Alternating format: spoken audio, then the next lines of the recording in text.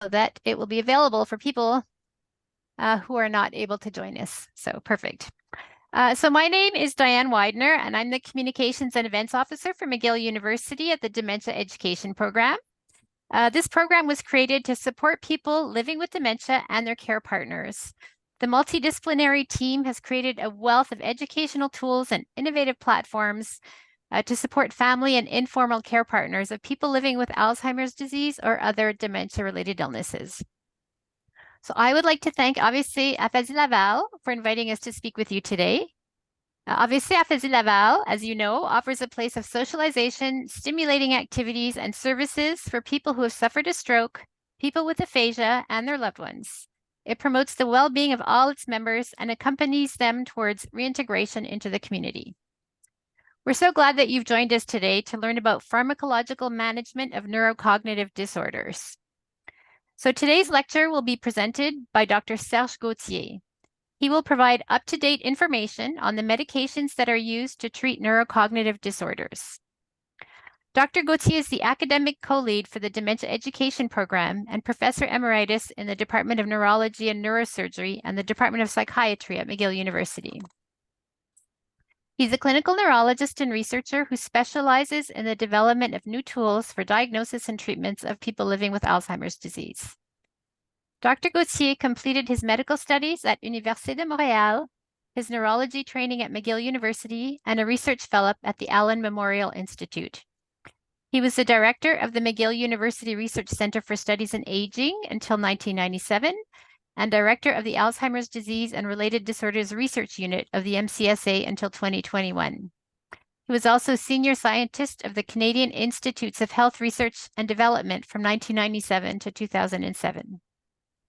Among his numerous prizes and distinctions, Dr. Gauthier was appointed to the Order of Canada in 2014 and the National Order of Quebec in 2017 for his contributions to advancing an understanding of Alzheimer's disease and dementia, and for fostering the development of research networks in this specialty. So today's lecture will last approximately 45 minutes, and it will conclude with a 15-minute question and answer period at the end. If you have any questions, you can either raise your hand or post them in the chat. I imagine you'll be raising your hand as you're there in person, which is fantastic. So if anyone is joining us virtually, we would just ask that you keep your microphones on mute and that you turn off your video cameras. And as mentioned, I am recording this video so we can share it with you for later viewing for anyone who might have missed it. So Dr. Gauthier, thank you so much for being here today and for sharing your knowledge. Please go ahead. Thank you, Diane. And thank you to the AVC Laval organization for this invitation. It's an important topic. I've spent 40 years working on this, so I'm glad to share my experience and my hopes in that field. I think people in the audience have access to the slides, so feel free to peruse them and share them with other people who are interested. There's 4 parts. It will not last 45 minutes, I reassure you, at most 25 minutes. So we will define first what is the topic of today, neurocognitive disorder. It's a term you may not be familiar with. It's the new way to call dementia or mild cognitive impairment. The cause may be Alzheimer, but it could be other things. So we'll briefly mention that because the selection of medications will depend on the diagnosis and the prognosis. We'll talk briefly about the current general management for medications and what goes with it. I have to put this in context, and briefly mention how we got to the current medications, how we got them in the pharmacies 10 years ago. And finally, what are the new drugs coming? They're biologics. They work only in Alzheimer's disease, not in other kinds of dementias, and they work only at a certain stage. So that's important information that I'm glad to share with you. So what is neurocognitive disorder? It's a term that was coined by people who like to write books about disease names and codes. It's popular in Quebec for reasons that escapes me. So instead of dementia, you will see now in medical records in Quebec, major neurocognitive disorder. It's a long name, but there you go. The advantage of this is you can also have minor neurocognitive disorder. And this means that if you are a little forgetful, but you don't have dementia, it's considered as a medical condition. So there may be new medications for this, new treatments other than medications for this. You may be able to get reduction of your workload. You may get early retirement, depending what you do. So it's now a medical diagnosis, mild cognitive impairment. This is new since the past 4 years. There is such a thing as mild cognitive impairment, meaning usually forgetting things that are recent, but you cope by having post-its and this and that. Okay, so the new terms, mild or minor or major neurocognitive disorders. Now, what are the symptoms we're going to treat with the medications? So it's necessary to go briefly over the usual pattern of symptoms over time in someone who has Alzheimer's disease. So you start from the left, you see mood. So this is a non-specific part of the disease where you are a little anxious because you're not as fast in your ability to think, your ability to talk. You don't play cards as well as you used to. And you may worry about what that means. You may have a bit of social withdrawal. So it's subtle. It could be interpreted by your family as you're depressed, or you drink too much, or you're hard hearing, which may be true, by the way. There are many things that can interfere with your memory and concentration. But then if you get a test, a paper and pencil test called the MOCA, you find, you don't get as many points as you should for your age and level of education. So the line that you see coming down, the vertical line, means you clinically now have what we call mild cognitive impairment. Now, this may stop there. You may have nothing else over the years for the remaining of your life. It may actually get better. You're back to normal. Your memory is back to normal because you drink less, because you're more active socially, because you fix your hearing impairment. Many things can be done. But if you go on into dementia, this is what it would look like. So 3 to 5 years later, you have now difficulties with daily life that are significant enough that usually you go see a physician. You make mistakes with your pills. You're not sure how to plan your outings. You're not sure how to prepare a meal, whereas you were good at it before, etc. And that could progress to a moderate stage where you need now help to decide what clothes to wear. And you start to have these behaviors that are not normal for you. You get agitated because it's dark at night. You don't recognize right away your house, or worse, your family members. So it creates agitation, restlessness. And then if you live the 6 to 8 years course of Alzheimer's disease, there is a Parkinson-like late stage where you have trouble walking, and you're a little stiff, you're at risk of falls, and you have difficulty swallowing. So all this to say that there's different symptoms over time, and some of them are responsive to specific medications that we will talk about. Okay, so to summarize this part, over age 65, Alzheimer's disease is the most common cause, but it's often mixed with other things, such as a small stroke that was silent, or a bit of Parkinson-like changes that make you have hallucinations and maybe walk not so well, or some other age-related changes, especially over age 90, where there's different kinds of proteins build up in your head. I'm saying that because the new drugs that may modify disease progression have to take into account what's in your head, and we'll have to find a way to have, like in cancer planning, cancer treatment planning, do a biologic profile. What's in your brain at a given time? Do you have a lot of amyloid or tau protein or neuroinflammation or something else? And then we select the best treatment. All this to say that comorbidities, so for instance, having heart failure, kidney failure, in addition to mild Alzheimer, can play a role. And the older you are, the more complex it is to manage dementia, because over age 85, practically everyone has a bit of Alzheimer, a bit of Parkinson in their brain, and a few small strokes, and we have some heart or kidney problems as well. Bon, common comorbidities. So this is something the family doctor is very good at, better than the specialist, actually. It's when you see someone, let's say 85, who has memory complaints. So he or she will probe, is it depression, social isolation? Is there impaired hearing? Very common. Up to a third of the population has impaired hearing or impaired vision. Do they need cataracts extraction? The blood pressure may be too low. By the time you're 85, you've taken maybe 3 pills for blood pressure most of your life, and now it's too many. Blood pressure is low, so we have to fix that. You may have a cardiac arrhythmias. It could be intermittent or regular, and it may be atrial fibrillation, so you need an anticoagulant to prevent small strokes with clots from your heart into your brain. You may have diabetes that's not perfectly managed, and now we know that diabetes needs to be very carefully managed. It's something family doctors are very good at. So all this you need to fix before we talk about Alzheimer drugs. Okay, the other surprise you may hear is that the pharmacist is very helpful to sort out if among your multiple medications that you got from sometimes 3 different doctors, some of them are bad for memory. So I made here a list based on the literature.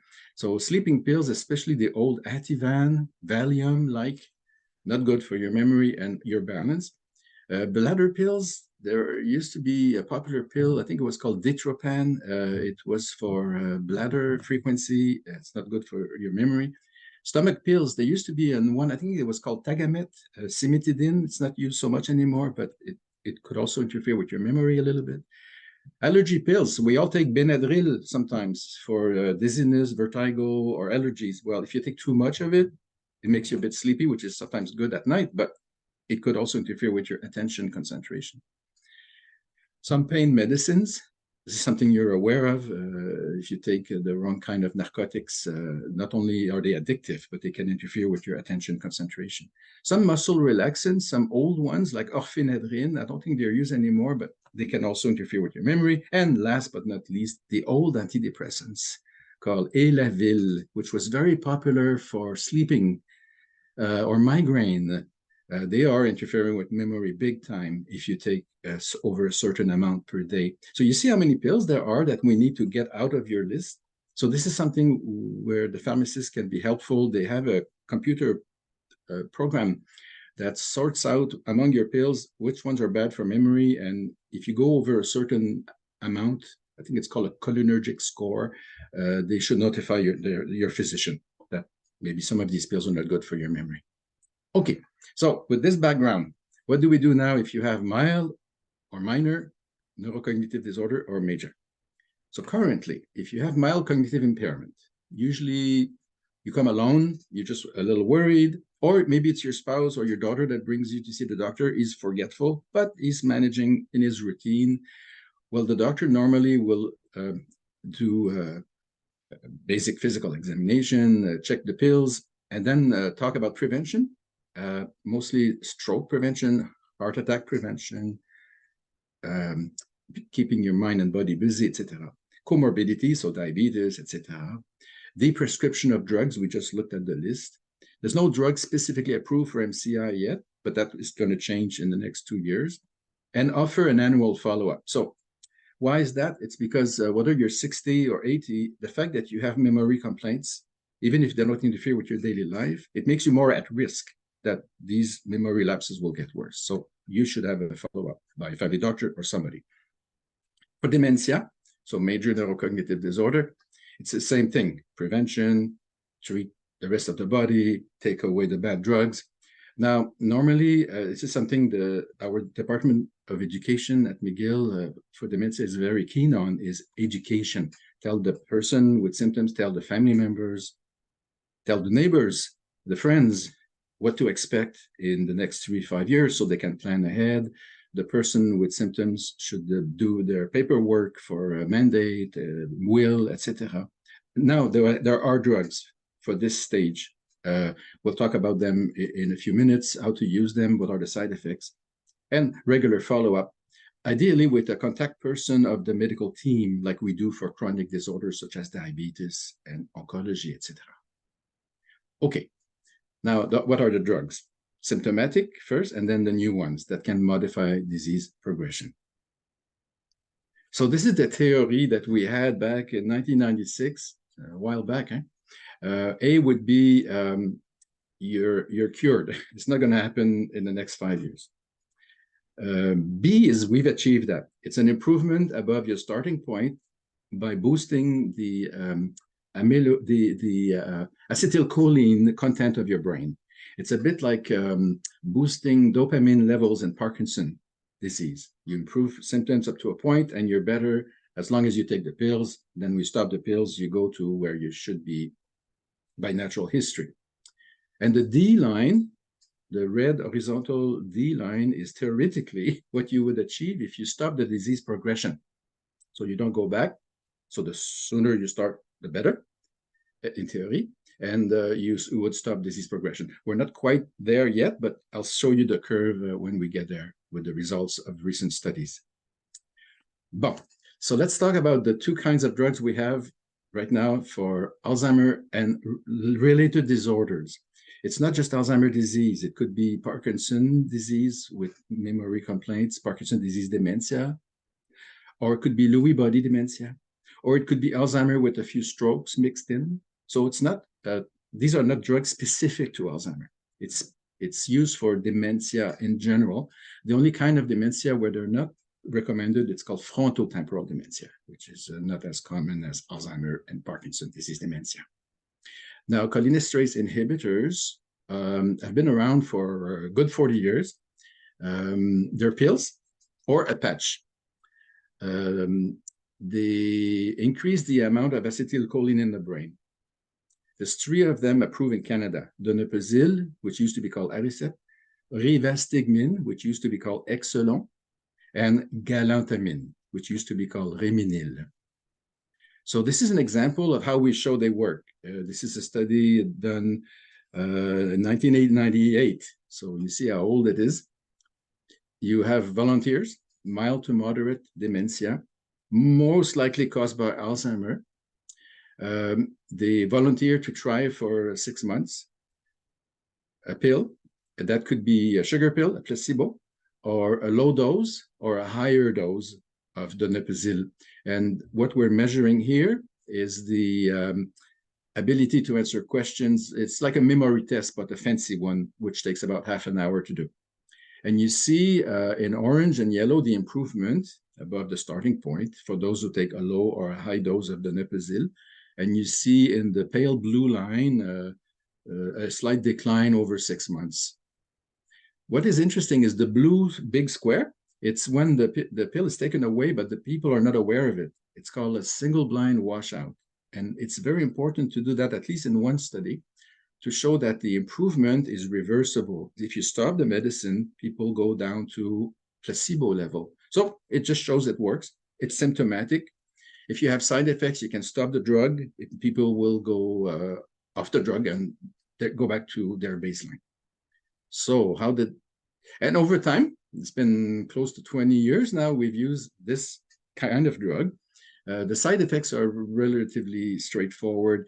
Essentially, you increase acetylcholine not just in your brain, but also the rest of your body.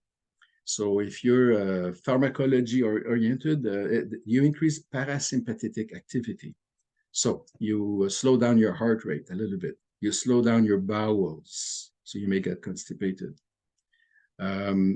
As you increase the dose over time, it takes about a month to reach the higher dose of these pills, because you go slowly to make sure you don't have nausea, vomiting, diarrhea, loss of appetite.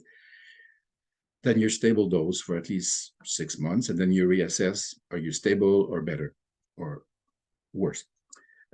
Side effects are listed here. So I mentioned bradycardia, that's slowing of the heart rate. It's not symptomatic. You're not aware of it, that your heart is a bit slower, but you may have a syncope if you were predestined to have one. In other words, if you have a condition causing slowing of the heart called sick sinus syndrome, and you take one of these pills, you may have a syncope, and then, oh my God, you find out you need a pacemaker. And it would have happened probably anyway.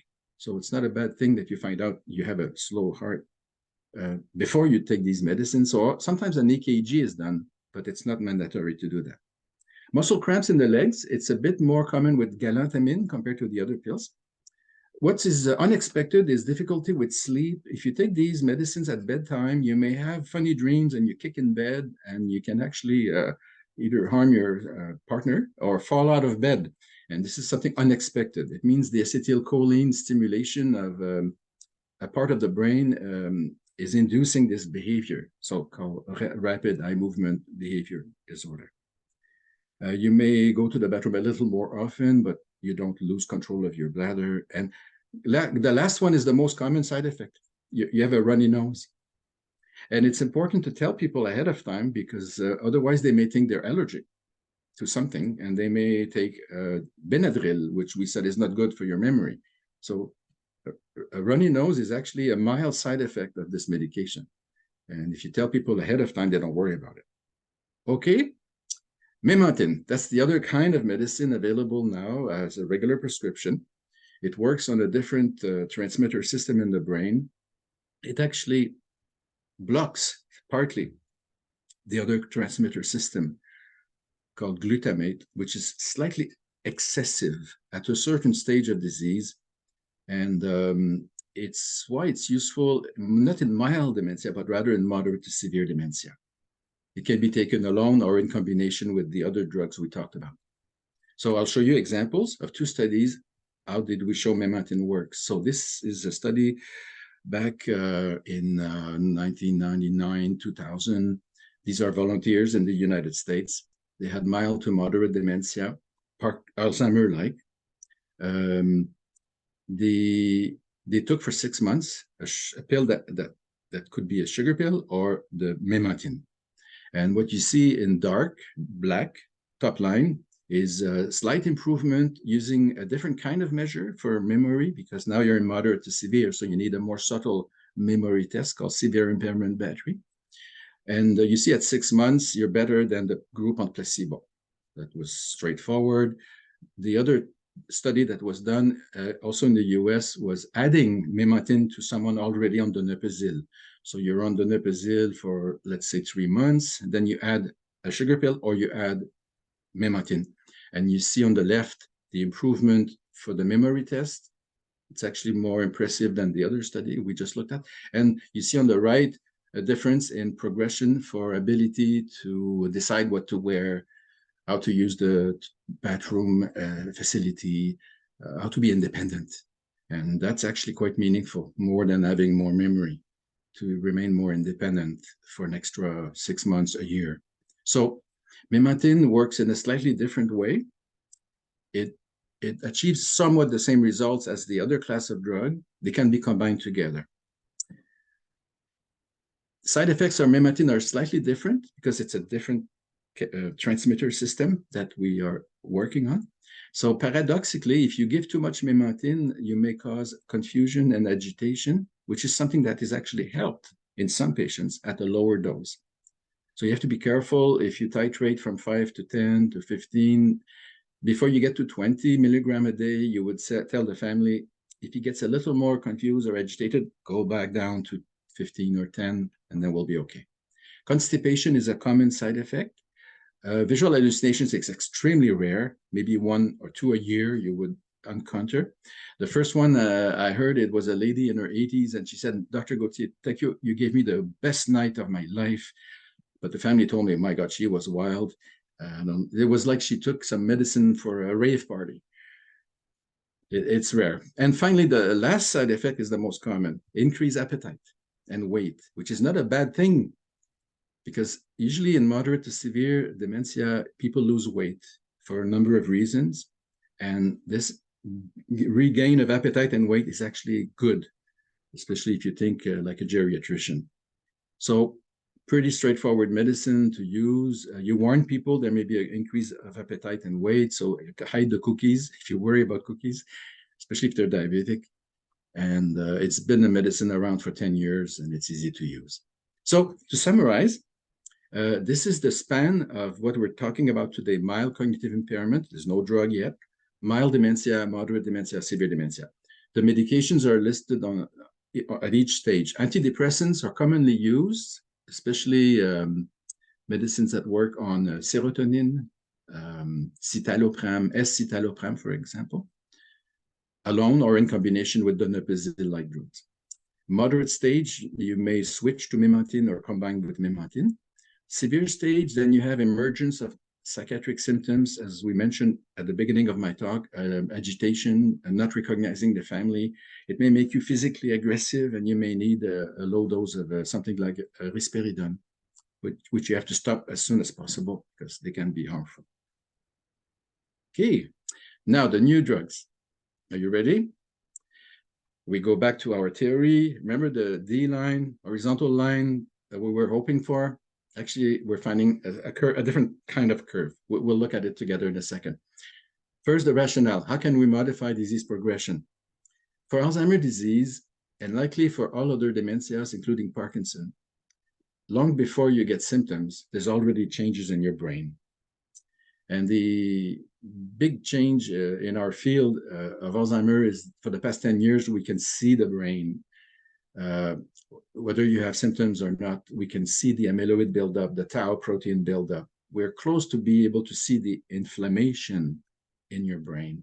And we have spinal fluid. We can measure lots of things in your spinal fluid from a spinal tap. And soon, blood tests will also help, to some degree, see what's happening in your brain. So what can we see before symptoms? Starting on the left, the beta amyloid buildup. It's a special beta 42, so it's a small fragment, 42 amino acid fragment of a large protein. And for reasons not clear, it just builds up in your brain as you get older. Nearly everyone over age 90 has this high level of amyloid in their brain, but not everyone has symptoms because you need something else than amyloid to have symptoms. You also need, in the middle, NFT. So these are neurofibrillary tangles. These are changes within the nerve cells. You see the picture. These are neurons, nerve cells in black because of the stain that was used to visualize them at the microscope. We can also see them now with PET scans. You need that and more. You probably need more than amyloid and tau buildup. You probably need inflammation. So that's the second to the left, microglial activation or neuroinflammation.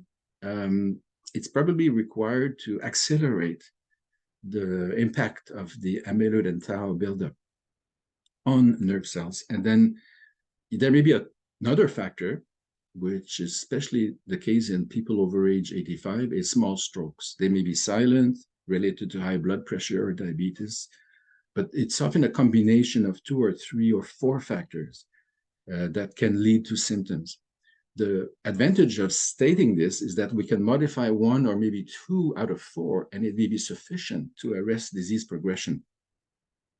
Okay, let's see if that actually works.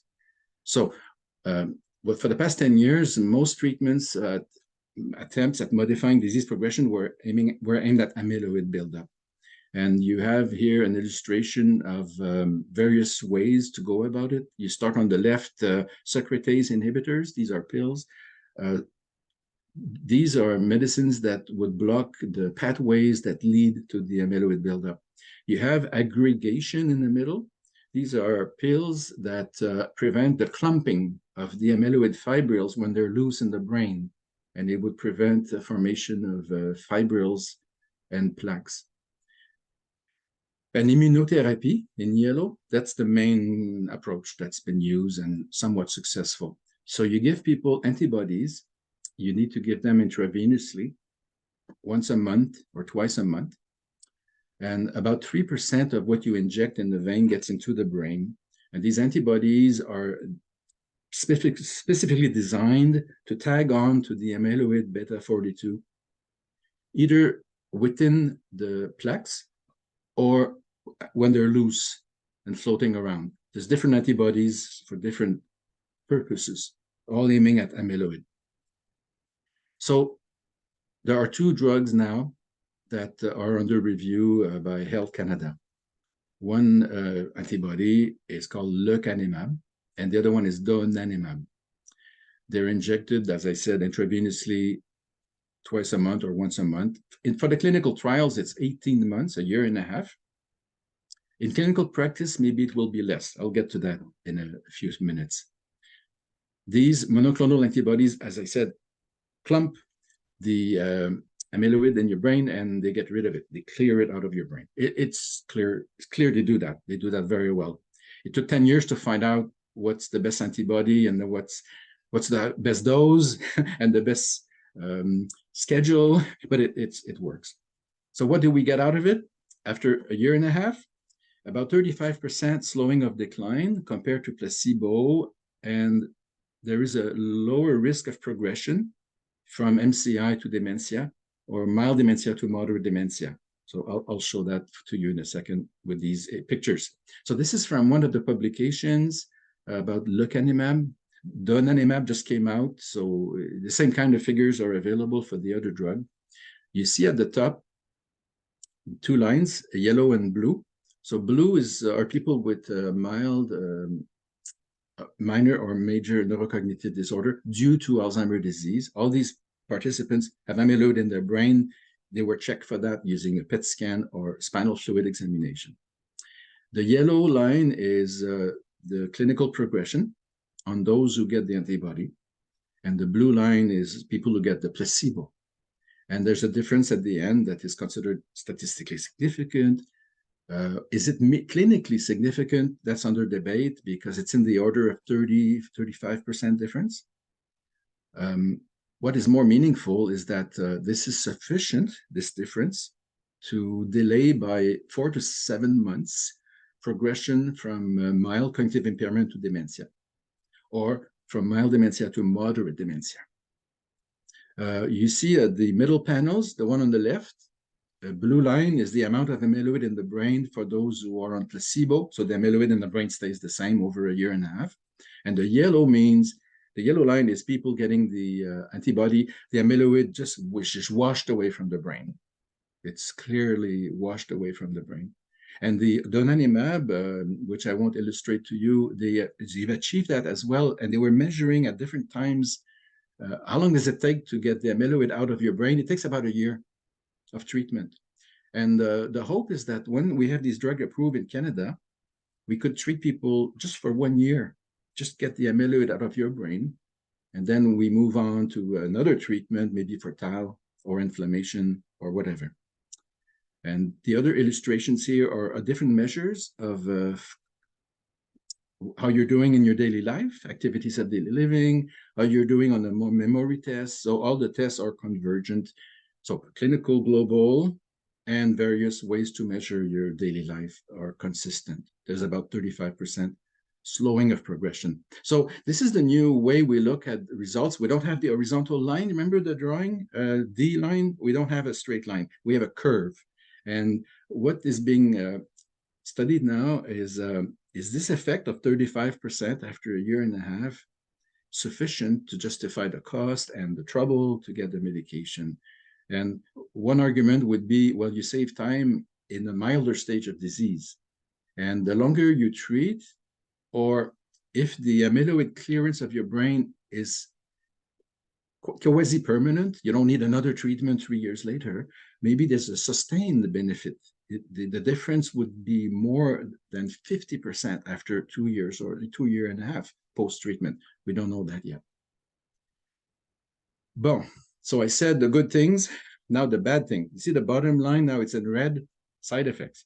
So when you give infusions of antibodies against amyloid, they go through your blood vessels. The blood vessels in the brain, they also contain amyloid. And when you clear the amyloid out of the blood vessels, you get leakage, so brain swelling, and sometimes you get hemorrhage. And this is a risk of about 24% of all the people getting the treatment for brain swelling, and 18% of people having small bleeds or sometimes big bleeds. So can we monitor for that? Yes, we need to do MRIs, scans of the brain with the MRI at certain intervals, the first year of treatment. And as soon as we see a bit of swelling or a small hemorrhage, we stop the treatment. And then we scan again until it's back to normal. And in some cases, we restart the treatment or we just stop. So the Americans have these drugs approved. And they already start writing articles about how to use them. And I'll just give you a feel for what is proposed. And for Canada, we'll do the same thing. We have a team meeting in Toronto later this fall, and there'll be other opportunities in the coming months to discuss if we have these drugs in Canada, how best to use them, who is it for, how we use them wisely and safely. So for now, the Americans are saying it's better between ages of 50 and 90. Better results are over age 65, which is surprising, but there you go. You have to have amyloid in your brain, obviously, which is about 85% of people, we say, do you have Alzheimer's disease? 15% actually don't have amyloid. We need a scan of their brain or a spinal fluid examination to verify. For now, the Americans exclude people on anticoagulants, full stop. So if you're on a blood thinner like Coumadin or Eliquis for atrial fibrillation, you won't get this treatment because the risk of bleeding is too high. If you had seizures in the past, they prefer not to give this treatment because one of the complications of the treatment with the bleeds is seizures. And if you cannot have an MRI because you have a pacemaker, well, you cannot get this treatment. Full stop. There's concerns that the maybe 10% of people who have Alzheimer and have 4-4, this APOE genotype 4-4, are more likely to get bleeding. And we're not sure what that entails. Do you give lower dose, or do you titrate more slowly, or you scan more often for safety? We're not quite sure yet. But expect people who are interested to get these treatments to have APOE genotyping. Okay, so to summarize, a big complex field, now we have other treatment options. And for the first time at the MCI stage, there may be a treatment involving medication that would allow you to stay. I drew here a little red boxes. You shift to the right, the progression in the order of 4 to 7 months. So let's say you have a mild cognitive impairment due to Alzheimer's disease. You would be expected to have dementia within 2 years on average. If you take this treatment, which would take about a year, you delay progression to dementia in the order of 7 months. That could mean you work an extra 7 months, you're independent completely for an extra 7 months, etc. That's the kind of thinking that will go along when we discuss these drugs with you. If you already have mild dementia, which means you can live alone with a bit of help, especially for finances, yeah, maybe you'll gain another 7 months of relative independence at home with that treatment. So MCI is now changed. Whether we have these drugs available in Canada in the next year or two, there's a shift in thinking now. MCI is now a medical condition. There's new medications possibly available. We need a more accurate diagnosis for MCI, which would mean that the doctor will or ask someone else to perform a lumbar puncture, and we will measure in the spinal fluid the amyloid, tau, and other markers of neurodegeneration. There will be soon blood tests. I'll show you one illustration. Here on the left, you see the red box. It's a blood test that we're testing, that we're evaluating. This is a cohort at McGill here in Montreal, a study led by Dr. Pedro Rosaneto. And we're sending the blood from our volunteers who had PET scans of their brain every 2 years. We're sending their blood to Sweden. And these are the Swedes who are measuring these small proteins in the blood. And the blue box within the big red box is the level of a fragment of tau protein called p-tau, phospho-tau 217. And it's high. So it may mean that within 2 years, your family doctor, after he or she does her basic workup, can do the blood test. And if it's high p-tau 217, you're more likely to have amyloid positivity, and then it's your choice. Do you want to see a neurologist or someone who will do the lumbar puncture or a PET scan? And if it's confirmed that you have mild cognitive impairment due to Alzheimer, do you want to have treatment for it and delay progression to mild dementia? This is an option that we will have in Quebec within 2 to 3 years. And I think I just have conclusions now. So mild and minor and major neurocognitive disorders should be diagnosed earlier, and I would argue more accurately with the biomarkers, blood, spinal fluid, or scans. I think early diagnosis allows people to better plan ahead. This is particularly true in Canada, where we think more positively, okay, I'll retire early and I'll go around the world and so on. We already have symptomatic drugs we can prescribe, donepezil-like and memantine. for all-cause dementia. You don't have to have Alzheimer's specifically. It could be a mix. It could be Parkinson mixed with Alzheimer, Parkinson alone, etc. The new drugs, the antibodies, and eventually an oral pill that will do the same in about 3 years, are available, will be available for early stage of Alzheimer. That's the nuance. So if you already have moderate stage Alzheimer, these are not drugs that will work for you. There's other medicines being tested for that, mostly working on tau protein buildup. So last message, there will be something for everyone eventually. I hope to live long enough to see this happening. Like for oncology, there's if you have a special kind of cancer, we find what type of tumor, and we find the right drug, and it's a sequence of treatments. Will be the same for Alzheimer-like conditions. At the stage you're at, biologically and clinically, there'll be this treatment for, let's say, a year, and then you're in remission. And if you have a slight decline after a year or two, okay, we switch to treatment B, and so on. Will be more like oncology than it is right now. Thank you for your attention, and I look forward to your questions. Of course, last word. Yes, maybe Diane want to amplify what this is all about. Thank you. Thank you, Dr. Gauthier. Oh, yeah. So just a reminder that the McGill Dementia Education Program has developed so many free resources, and they're all available on our website. Our Dementia Companion booklet is actually available to download for free in 10 languages now. We just added Ukrainian and Russian to the list. There's now 94 episodes of McGill Cares Online.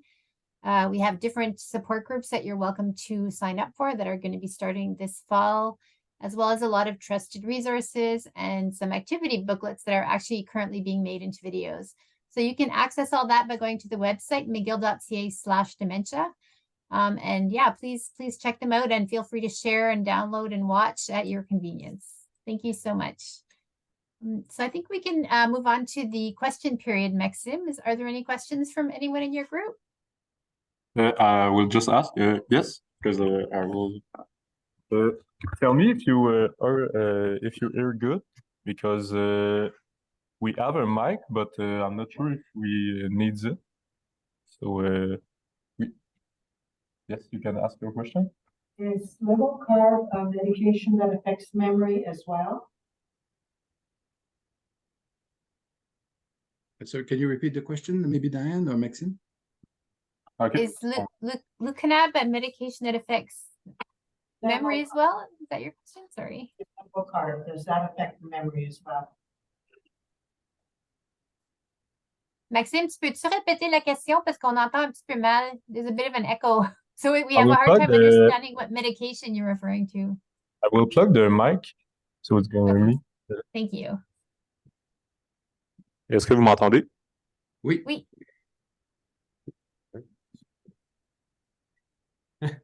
Sorry.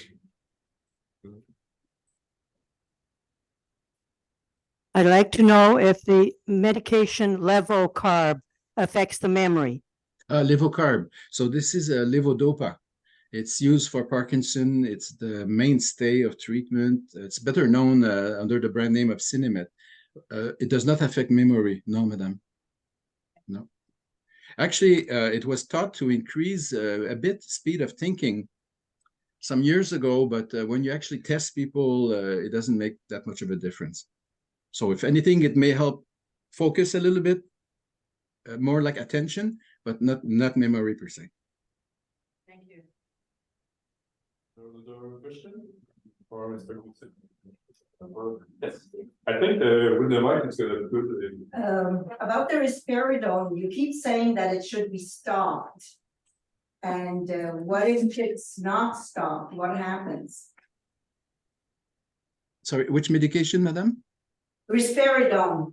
Risperidone is used for specific behaviors such as aggressive behavior, agitation that's not amenable to other treatments such as change of environment, education of carers, antidepressants. Sometimes we try first. Memantine is also tried for agitation. If you need risperidone, you use the lowest dose that works. And theoretically, according to guidelines around the world, including Canada, every 3 months you have to stop it or try to stop it.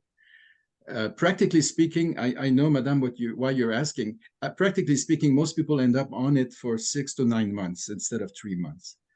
But the behavior that you're trying to help goes away with time. That's the purpose of the illustration we looked at the very beginning. You remember there was a hump, the behaviors, and then they improve over time. So yeah, the behavior you're treating with the risperidone, the aggressivity, whatever, it will get better with time. So that's why it's important to try to stop risperidone over time. Why it's important to try to stop it? It's because it increases the risk of stroke and death. It's not a big risk, but it is nevertheless a real risk, and that's the reality of it. Thank you. Yes.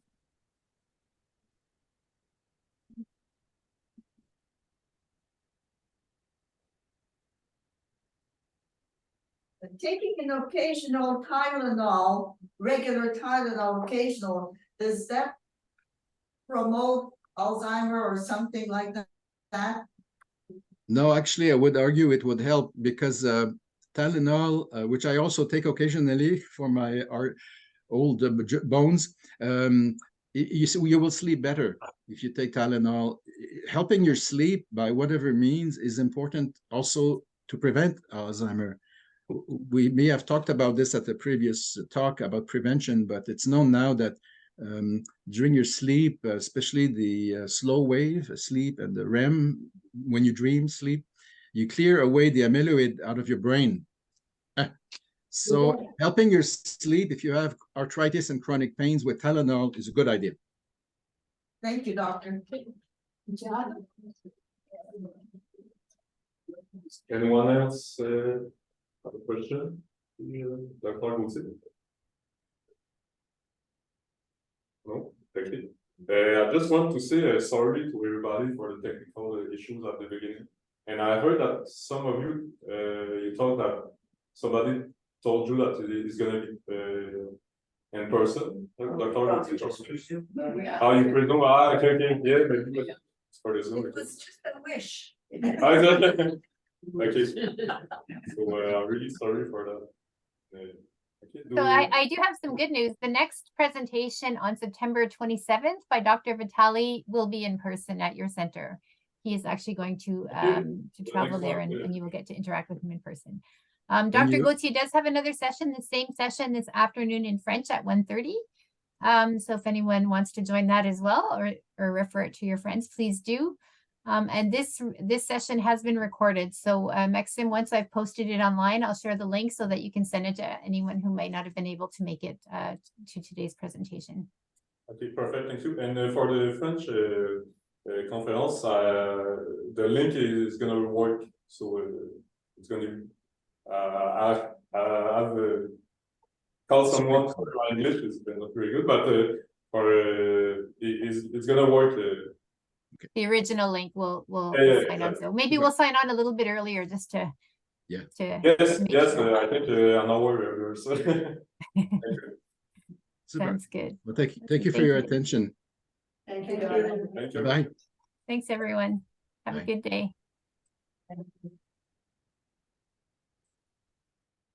Okay, there's coffee if you want.